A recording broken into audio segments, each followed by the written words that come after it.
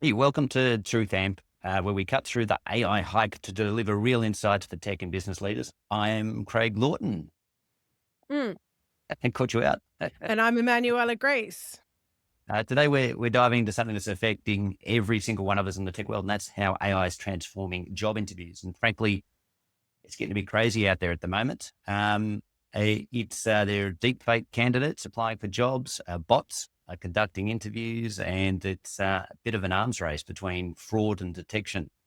Um, But here's the thing, companies are starting to crack down on candidates using AI, but at the same time, they're encouraging candidates to use AI. So there's this big tension. So it's at the moment, it's in a bit of a digital paradox, if you like. Gartner actually has a statistic that by 2028, 1 in 4 job candidates globally will be fraudulent. And so that's already happening.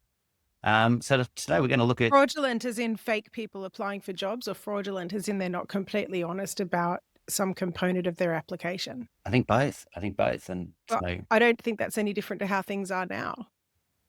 Yeah, I guess just the tools are different in some respects. Well, and And now we can detect it well, I faster, don't know. potentially, because Some the tech might catch up with the fraud. some of these bots are pretty scary. So let's start with the fraud case. There's this mind blowing case with this guy called Ivan X, who was a deepfake candidate who played for the same job at a security firm twice. And then there's also See, I'm going to just straight out say you can't trust someone with the surname X, but like that's right, Emmanuella X. Emanuela G. Yeah. And so it's kind of terrifying. And I was actually at an event recently with many customers, and I won't give too many details because I don't want to shame, but there was a leader who was running the keynote, and they actually asked everybody or mentioned in the audience that there were deep fake bots that could impersonate people. I might not be real today, and this could be a chat, a deep fake Craig. But okay, so they shared this information at the event, and Mm. then somebody put their hand up in the audience and admitted that they'd been duped by a deepfake candidate. And then afterwards, at the networking mixer, I was talking to somebody who was quite senior in part of one of our governments, and said, "Yeah, we actually hired somebody who." Was not qualified, but they used AI to answer all the questions, and they admitted it afterwards. It was quite someone senior. So it is happening, and it is real. So Yeah, it's I work good with to be a lot talking of about. people in cybersecurity, and I had one woman literally hyperventilating on her session with me that we are so far behind the 8 ball that by the time we do get on board with starting to look into the kind of security we actually need to um, keep a level playing field between bots and humans, we're going to be just too far behind the 8 ball. And there's I often describe myself as just slightly nihilistic. Um, my husband just calls it my sunny disposition. But I feel like, could this be the straw that breaks a camel's back in terms of the Gen Zs finally deciding to pull the plug and going, no, we actually want to start doing things IRL again, face to face? Because I'm working with a lot of people from the recruitment side in helping people to prepare for job interviews, and also the recruitment companies trying to find tech and ways to continue to recruit people in an effective way, given that they're getting completely bombarded. Because the first wave of this is people using AI on the most basic level to do very, very good CVs. And then so what you have, and so then they can fly them out a lot faster instead of having to read them with critical thought the way we used to. And so then on the other side of that dynamic, you have the recruiters being inundated. So they're using AI to look for particular terms that make a candidate relevant. And then so on the other side, you've got these people now leveling up where they're not even doing the CV anymore. They're going to get a bot to do it for them. And then so the tsunami at this end gets bigger. And so then I was speaking to a lady last week who's created some tech that's in the market now. It's been tested. It's got clients. It's very new. They're looking for seed money for the next step. But what their tech does is create a 360 of the person that's the candidate that has all their certifications, but also all their capabilities outside of certification that could make them potentially a relevant and useful human being in that role. And when that person, almost like, I guess, a digital avatar, I'm good with people in tech, not good with tech. So excuse my ignorance if I'm using the wrong term. No, that's fine. But basically an identity or like a digital twin that you can take with you. So it doesn't belong to the recruitment company. It doesn't belong to the employer. You start to develop your own digital identity where you can kind of, from a learning and development, an L&D perspective and an HR perspective, you're adding all these different components that makes your digital twin kind of a virtual version of you, I guess, with all the components that would Yeah, make like you an a extension of your yeah, brain. and I think it's exciting tech because what that enables people to do is not just focus on the training, but the well-being components of what goes into making a person, and that's kind of the foundation of this tech from a perspective for HR people is how do we make sure you've got all your certifications in there, but also maintain all the other kind of support that we like to give our staff. And from a learning and development perspective, there's certain KPIs or certain certifications that people have to meet and criteria they have to meet within an industry. But also there might be some extra things you've done. Like I've got a certificate for in tourism and hospitality. And what that enables me to do is, be really good at organizing events. But I never put that on my CV because it's never occurred to me that anyone who's hiring me as a teacher or a coach Yeah. or a communication consultant would care that I can also cook a really good meal and organize a Yeah, restaurant. well, I suppose I think we're going to go back to what is the purposes of a CV to begin with, and what is the purpose of an interview? And I think, So maybe that's the outdated tech, right? Maybe it's not that technology and its developments are problematic. Maybe it's that we're trying to apply old school strategies to a new world order that needs a different approach. I think there's a lot of really interesting tech being created in third world countries for $100 that aren't getting the airtime they would deserve because we'd rather put millions into an app that tells unhealthy people yeah, to drink water 3 times a day or 5 times a day. That stuff's getting lots and lots of money invested in it, and they're disappearing after 6 months. There's guys out there in countries where there's other problems, like how do you do banking offline, yeah. where they can create that with $100, but it's not scalable, and so it's not getting the investment or the airtime. And I think recruitment's no different. I think that what we're seeing is a revolution in terms of the tech and the processes and the people, and we're just trying to reorganize ourselves. But what I want to ask Craig is Yeah. when we're having chatbots, or sorry, digital, what do you call it? No, it's okay. Avatar, It's fine. Yeah, AI dudes, deepfakes. There we go. When you have we really should leave my ignorance in so that other people listening to this, yeah. other noobs like me, feel like they have a place to belong and that they're not the only ones that don't know what's going on. But, my interest is in watching the humans respond to this tech.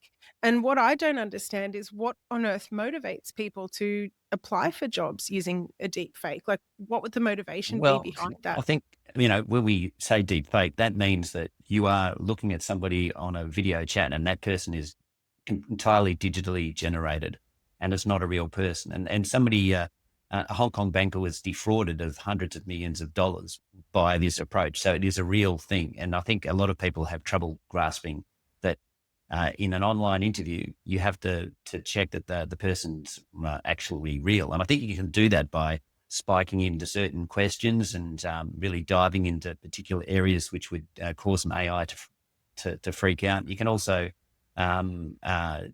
you can ask the AI to do things that the human it's going to sound a bit strange, but just to do things like what's that behind you Can on? you lick your elbow? There's my I mean, hot I tip. can. Ask your AI, can it but okay, so here's my question. More than 20 years ago when I was working in London, I had a client from Japan who was for her to have a conversation in English was almost impossible. And yet she'd managed to land a relatively senior job in a bank. And my question to her was, how on earth did you get the job if reading and speaking in English was a prerequisite for the role? And she said, I lied on my CV. And then they just chose me to be the person that was going to go to England to do the job. And I did the interview in Japanese and no one ever checked. And here I am now. And the poor lady, like, she was having such a hard time of it, but I think she probably lied on her CV when she was a graduate and never really saw it ending up here. And so I guess my point is that people have been lying on their CVs to get the jobs for as Yeah. long as history. Stretching the truth. I think there's a stretch and then it breaks. No, I think if you're not telling the truth, it's a lie, but we can have that's a different Well, conversation. That's what I teach my kids is, we can all have different versions of the truth, but it's pretty black and white. Do you speak English fluently or not is it I is. think relatively black and white And I think, question. I think the IRL thing's interesting. And I actually think that we went online for a lot of interviews because we had to during the COVID era. And I don't think we necessarily need to do it. I think in person, you get a lot greater sense of somebody's body language and whether they're authentic. I think it's a little bit easier to hide. And definitely another thing that candidates do is, like, if you were grilling me right now about a question, is I could have an AI that's listening to the conversation and providing answers to the questions. Now, the answers could be technical and things that I don't know that I'm just reading, or it Mm. could actually be interrogating my background and suggesting things for me to talk. And one is kind of not a bad idea because, sometimes people in interviews struggle with recall of their job history. Maybe they're a little bit more stressed in interviews than others. But the other one, like looking up information, is basically, I'm not too sure. I mean, what is the value of memory recall these days in the age of AI? So, Well, look, I think at the end of the day, doing an in-person interview is really important because, and like I said, I work with a lot of people in preparation for interviews to help them with their performance. And what I often remind them of is you get in the door with your CV. That's so that you can meet the criteria. But when by the time they're meeting you in person or having this phone call with you, it's actually to get a sense check of if you get on well. And I think that leaning into the human elements as both interviewer and interviewee is the solution to this. And while I actually think not interviewing in person, but having the ability to interview remotely can be a great asset because it means that we can end up with talent in places where there might otherwise be, like rural areas where it's very difficult to get good talent. Tech is a great asset in terms of us getting people out onto the oil rigs or out onto the doctors into the rural areas that we might not be able to get them interviewed and out there otherwise. Uh, I think that what you have to really remember is the point of an interview, both from both interviewer and interview's perspective, is to get a sense check. Like if you've already met the criteria that you're qualified, um, you do what you can to vet that and to validate it. yeah, But really, at the end of the day, what we're doing with an interview is making sure that it's a good connection and this is someone you actually want to spend time with in the workplace and that and a you think good there's going to culture be fit and a all that. good vibe. Yeah, yeah. And I don't know about you, but my experience so far with deepfakes, and I think that there's some pretty exceptional ones out there though, is they leave me feeling a bit cold. So I think this is where coming back to tapping into our humanness and checking in on our feelings, I know it sounds a bit woo, but is actually going to prove to be a really valuable resource because I had something recently where they wanted to sign me up for something. I really wanted the product, and then they sent me an AI person to talk me through it, and I switched off.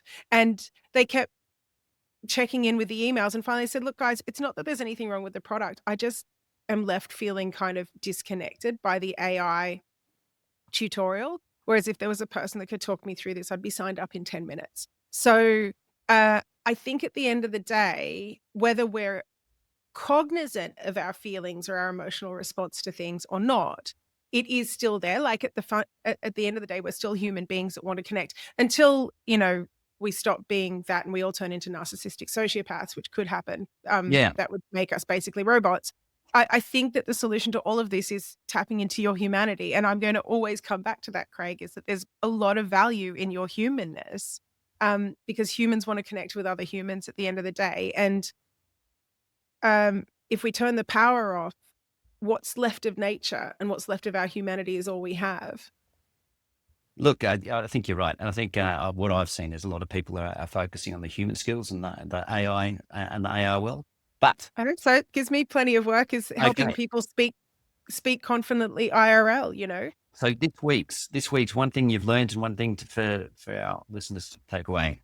One thing I've learned is that it's not all bad with tech. I think it's very easy for us to get caught up in the going to hell in a handbasket mindset that the media puts in front of us and get caught up in the fear. But I think tech like um, this software that's coming out that can help learning and development and HR people actually give a more whole view of a person that you're employing is actually really exciting and really optimistic because it's built with the intention of merging both your academic and intellectual abilities and the well-being of the employee. So I think that it's not all bad. I think that there's what's feeling scary is the fact that right now everything's moving fast. There's a bit Yeah, of a disconnect between us standing, especially Gen X and millennials, standing between a world where we did it this way and the systems haven't quite caught up to enable us to do it a different way. So I just think that we're living in the crux of this revolution, but it's not all going to be bad. My big takeaway is at the end of the day, humans want to connect with other humans. And, nothing reminds me of that more than like when you go to a conference. I was speaking on the Gold Coast this week where, you know, it's sunny outside and yet we choose to be inside drinking terrible coffee and eating fruit that's been in the fridge for hours, just so that we can stand and have a conversation with each other. Like we have that choice. You're looking outside, yeah, that there's a beautiful beach a block from where we are, and yet we choose to be inside connecting. And I think that drive for human beings to connect is unbelievably strong. I agree. I agree. Now, look, I suppose that the thing that I learned was that there were 200 infiltrations of a security organization by Korean deepfakes that actually got jobs and got access to sensitive information. So there is some bad actors there. But the thing I want people to take away is, and a little bit counterintuitively, is you need to use AI when you're looking for a job. I think if you can use it authentically, Mm. honestly and transparently, to tailor the CVs to the jobs that you're going for. You're actually doing the service to the person doing the interview. And also you can use it, in fact, my wife used it for a job interview to really do some interview practice. So she Yeah, great. the job description and also her CV, and just got the AI to ask her lots of questions. And also this demonstrates to employees that you're leaning into the AI space and they're going to find Yeah, that very you're compelling. not scared. Yeah, Well, and I think at the end of the day, we're humans are creative, and that's going to be our great value. So just, AI is the accumulation of all of our creativity, but that doesn't mean that we can't create more and new and exciting iterations by ourselves. So thanks, just Sam. keep Well, keep keep creating. yeah, I'm looking forward to it. And yeah, thanks for the chat today. I think next week we're going to talk about nano banana, and I can't I wait. know, it's wild. Oh my God. All right. See you later, mate. Bye. Yeah.